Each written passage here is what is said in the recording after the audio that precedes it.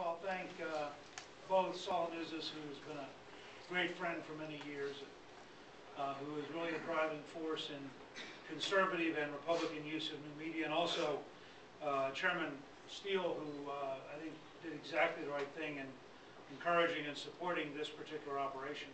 And I see Adam Waldeck, who's with us at American Solutions right there. Stand for a second. Who else is here from either American Solutions or Gingrich Communications? Because if you want to talk later with Adam, we have a fairly robust effort underway. David Krellick is out on the West Coast full-time, looking at places like Google and YouTube and Twitter and Facebook, eBay.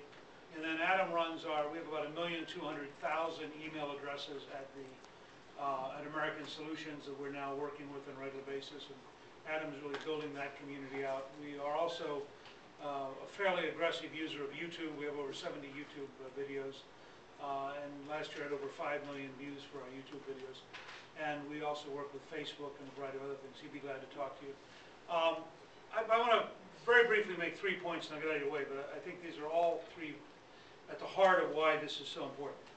The first is that every generation has to use the technology of its era to be able to communicate. If you go back to the Founding Fathers, the Federalist Papers mattered just as in the Revolution, Thomas Paine's great documents mattered, because pamphlets were the most productive way of communicating and publishing, whether it was Common Sense or The Crisis in the case of Paine, or it was the Federalist Papers. Publishing those kind of documents was a very powerful model. And it wasn't that everybody could read, but the people who could read would talk to the people who couldn't. By the 1830s, the great communications mechanism is the weekly newspaper. And if you read Remini's brilliant book, The Election of 1828, the Jacksonians run a 4-year campaign from 1824 to 1828. They use the franking privilege in the U.S. Congress, and they send out millions of weekly newspapers that are very partisan.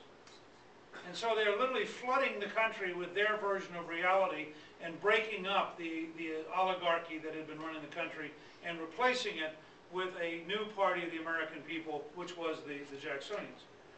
By 1860, and you see some of this if you read Holzer's brilliant work, Lincoln at Cooper Union. Holzer was Bella Abzug's press secretary and Mario Cuomo's press secretary. He's one of the great Lincoln scholars of our generation. Lincoln understood that the rotary press made daily newspapers at a low cost possible. And the telegraph brought news from everywhere instantaneously. And suddenly, in almost every town in America, you had 2, 3, 4, 5, or 6 newspapers. And they tended to be partisan. They were so partisan that Lincoln actually goes in and edits his own speeches in the Republican newspapers to make sure that they get it covered accurately.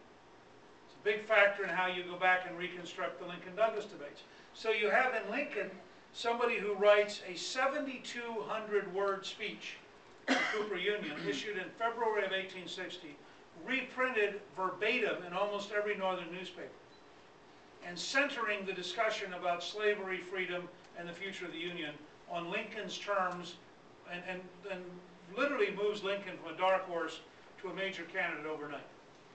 He understood the technology of his time.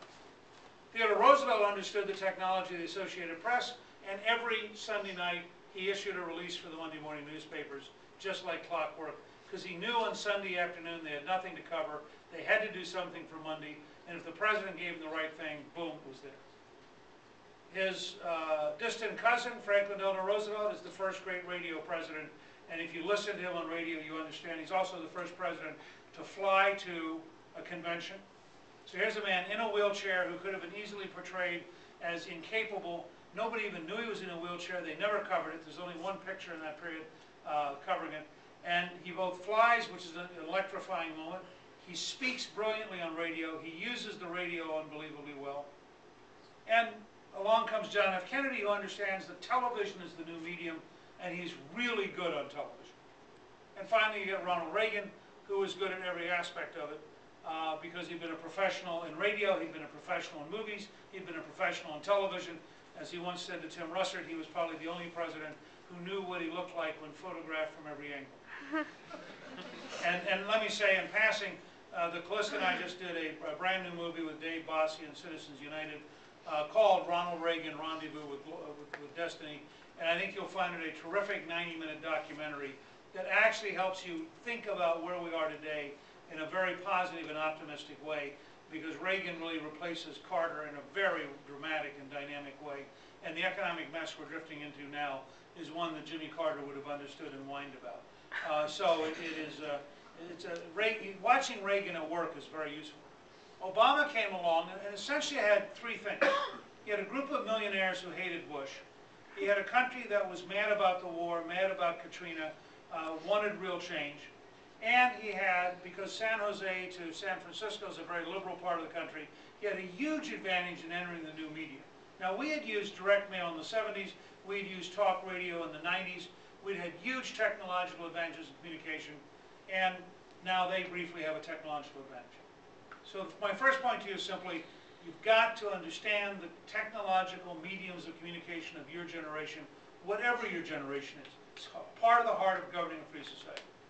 My second point is, what really matters in the long run is what you communicate, not how you communicate. And this is where the left is going to have a huge problem. If you go to AmericanSolutions.com and you pull up the platform of the American people, which came out of 6 national surveys, every item in the platform has a majority of Democrats, a majority of Republicans, a majority of independents. You will discover that again and again, this is a center-right country. 84% of the country would like to have the option of a one-page flat text. Now that gives you, particularly after Geithner proved that no matter how bright you are, you can't figure out the tax code. It strikes me, you get into a nice 84% fight, you're going to build your list faster than they're going to build theirs. About 89% of the country wants to preserve the right to a private ballot and to private negotiations and not be coerced by the unions. Again, I think as that fight evolves, you're going to suddenly discover they're on the minority side. And so if you do it right, if you communicate right, if you have substance, which means you can't be shallow, tactical, and cynical. You have to actually communicate about real things in real ways that people want to communicate on.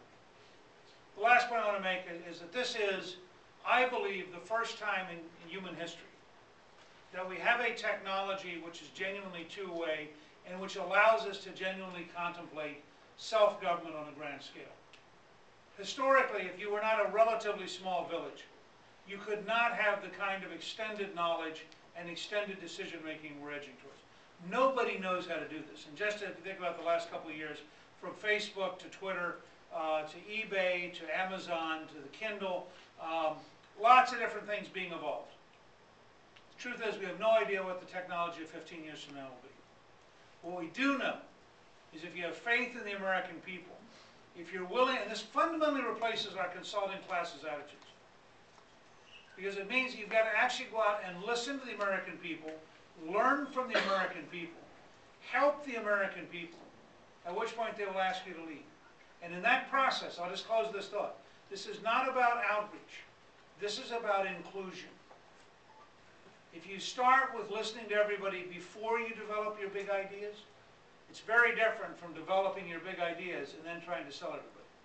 We have a country that is paying more attention to politics than at any time in recent history because it is genuinely worried about the economy, it is genuinely worried about danger in the world, it is genuinely uncertain about the future, and therefore, with your help, we can develop communications technologies that enable 300 million Americans to have a conversation with themselves. And we can produce in 2010 and 2012 one of the most idealistic and one of the most informative processes in American history, fundamentally different than any past campaign. And I'm thrilled to be here with Saul because with his help, we're going to develop that model, and because we actually share the values of the American people, unlike our friends on the left, we can actually reach out and work with them collaboratively in a way that you cannot do if you believe in elites and you believe in big bureaucracies. Thank you all very, very much.